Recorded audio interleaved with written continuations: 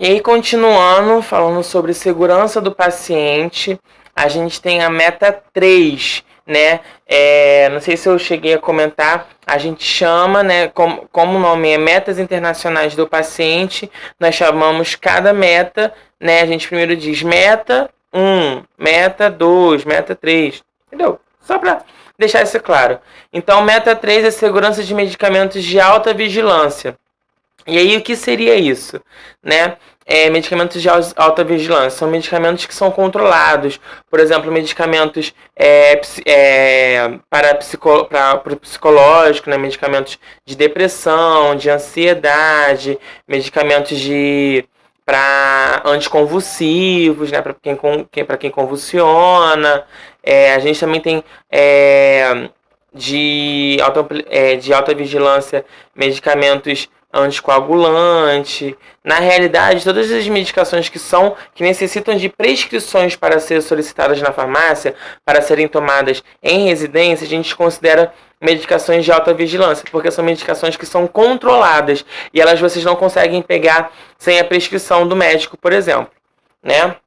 E aí, por exemplo, não que a dipirona, que o Digesan, não que esse tipo de medicação não seja, não te faça correr perigo se você tomar de forma desordenada.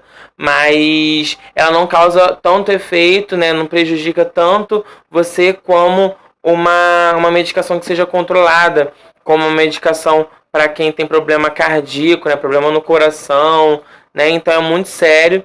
E aí a gente tem coisas específicas para a gente poder analisar essa medicação. Quando a gente fala de segurança de medicação, a gente fala de precaução, de proteção, né? E aí a gente tem alguns requisitos para que essa medicação ainda continue sendo apropriada para aquele paciente. Né? A gente tem data de validade certa, medicamento certo, dose certa, via certa e horário certo. Né? Na realidade, são 12 certos. A gente chama isso de 12 de certos, né? De os certos da medicação. E aí a gente acrescenta aí paciente certo, leito certo, que isso aí já é mais voltado para o ambiente hospitalar.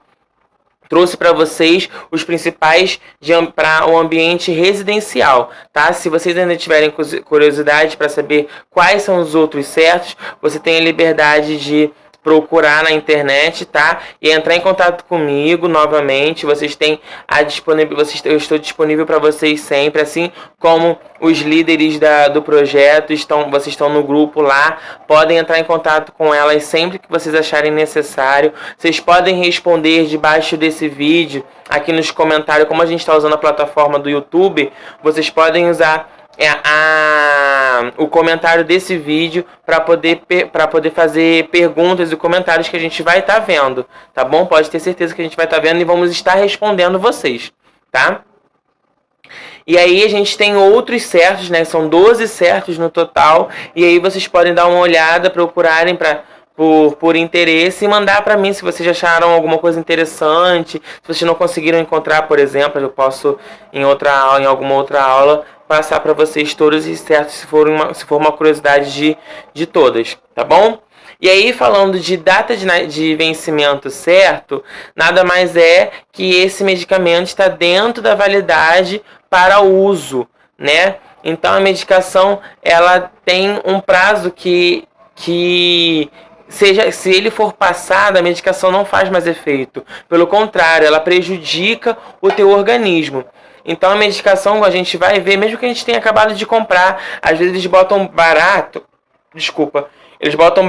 como ponta de estoque, né? Para poder porque tá na data de validade, está próximo de vencer, então eles querem vender logo. Então é bom a gente dar uma lida na data de vencimento para ver até quando vai, porque normalmente a gente compra medicação para 30 dias, né? Vem 30 comprimidos, 60 comprimidos. Normalmente é mais ou menos essa quantidade. Então quando você pegar a medicação, você vê se a validade ela dura até pelo menos esses 2 meses aí que você vai estar fazendo uso no seu paciente. Tá bom? E aí você comprou hoje, e aí daqui 2 meses acaba a medicação. E aí, só que a medicação vence mês que vem, no mês seguinte. Você precisa de mais um mês, né? Então ela vai estar vencida, você não pode mais usar essa medicação. Então é importante essa avaliação, né? E aí é o medicamento certo. Você precisa saber, você precisa ler, né, a medicação, comparar com a prescrição, com o horário que você vai dar, né, para saber se aquela medicação é realmente a medicação que foi prescrita pelo médico, porque os medicamentos eles têm nomes muito parecidos, né? É importante ressaltar que existem medicamentos que não têm o mesmo nome, mas são genéricos. O que significa genérico? São medicamentos que fazem o mesmo efeito, têm o mesmo composto químico, o fármaco dele, né? A farmacologia dele é a mesma, né, dos dois medicamentos, só que o nome é diferente. Como você vai saber isso? Você vai ler bula, você vai perguntar para o médico, perguntar para o próprio farmacêutico. Às vezes, na medicação, vem escrito o nome da medicação ali em cima, se ela for genérica, no caso. Se ela for a cópia daquela medicação. Vai vir escrito o nome da medicação lá em cima e abaixo o fármaco dela, de que essa medicação é feita, né? E aí ali normalmente diz qual normalmente diz a origem daquela medicação. E aí você pega a prescrição, lê a prescrição, compara com o que está escrito ali, e aí se for aquilo ali você dá. Se você não tem confiança, se você não acha que aquela medicação é a medicação correta, se você acha que não tá certo essa medicação, se você tem dúvida se realmente é aquela medicação, não faça. Entre em contato com o médico, com o próprio familiar, porque às vezes o familiar já está acostumado em administrar essa medicação no paciente, então ele sabe que aquela medicação ali é aquela realmente que tem que ser feita. Então você entra em contato com o médico, né, com o familiar. Se você estiver pela cooperativa, na cooperativa normalmente tem enfermeiros, então você entra em contato com eles para que você seja sanada essa dúvida, para você ter certeza do que está fazendo. Não faça com dúvida, tá bom?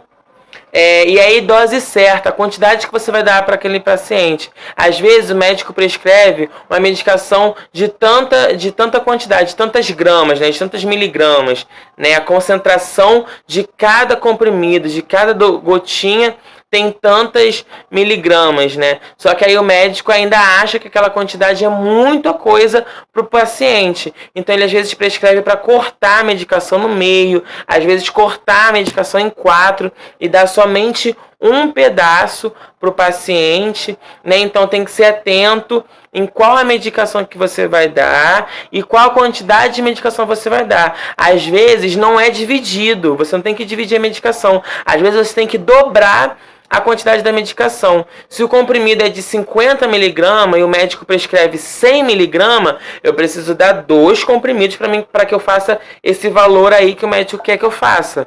Entendeu? Então ficar atento nesse quesito, tá bom?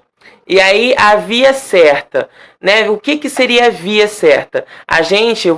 Eu vou falar um pouco mais específico para vocês nas aulas práticas. Mas a gente tem vias de administrações. A gente tem lugares por onde essa medicação tem que ser feita. E aí a gente tem via oral, fazer medicação pela boca, né, comprimido, gota, né, esse tipo de coisa. Medicação por via nasal, que são medicamentos normalmente, medicação que são já diretamente, que são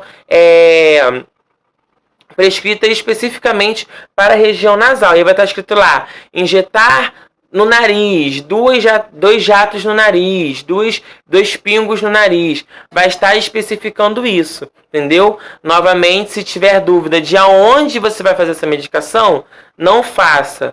Oral, nasal, ocular, auricular, né, auditiva, tanto faz, ou retal, que é pelo ânus, né? Então a medicação oral por comprimido, gota, nasal por jatos, normalmente já são especificamente para o nariz, né? ocular, que seria colírios para os olhos, né? E aí existem vários tipos de colírios e várias dosagens diferentes, né? Existem colírios que são anti-inflamatórios, que na sua composição tem antibiótico, tem colírios que são somente para a hidratação dos olhos. Então, identificar isso é importante, né? Auricular, né, pelo ouvido, e aí normalmente é para desentupir, para lavar, e aí vai estar também identificado como como via auricular, tá bom? E aí pela via retal, que aí a gente tem supositório, né, que pode ser aquelas cápsulas de com a composição para facilitar a evacuação do paciente, né? Desculpa. E aí a gente tem, vocês vão conhecer o Clister também, não sei se a maioria de vocês já conhece, que são jatos de soro, né, de uma composição sorológica, para que ajude também na evacuação. Normalmente são medicações desse jeito, né? Tem a medicação também no caso das mulheres, que é mais comum, né, feito pela região vaginal ou peniana. Região vaginal é da vagina, né? Região peniana do pênis, né? Normalmente vagina tem pomadas, tem para serem introduzidas ou serem passadas ali só nos lábios superiores. No caso do pênis, normalmente a pomada, muito difícil fazer algum tipo de medicação em casa desse gênero, né? Então, a via correta, qual é a via que eu devo administrar a medicação? Né? É um comprimido, eu preciso tomar esse comprimido, eu vou lá e vou dar esse comprimido na boca do meu paciente, tá? Quando a medicação não é feita por via oral, quando ela não é feita pela boca, normalmente o médico ele já sinaliza e explica isso para o familiar. E aí o familiar, quando ele for te contratar, quando ele for te passar todas as instruções que ele considera pertinentes para sua assistência, ele vai te passar isso também. E aí é importante você anotar para que seja passado para o seu colega que vai te render, né? É importante. E aí o horário certo.